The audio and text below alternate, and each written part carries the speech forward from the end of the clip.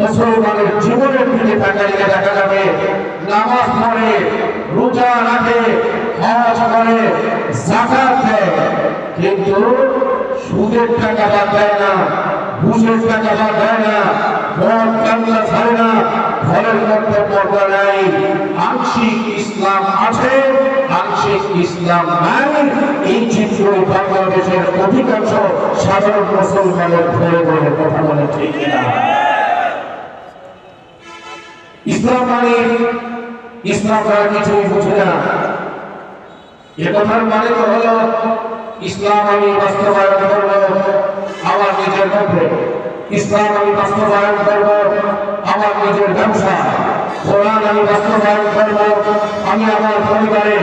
কিন্তু দেখা যায় যারা ইসলাম মানার জন্য তৈরি, মানব রচিত আইনের গোলামি করবার কারণে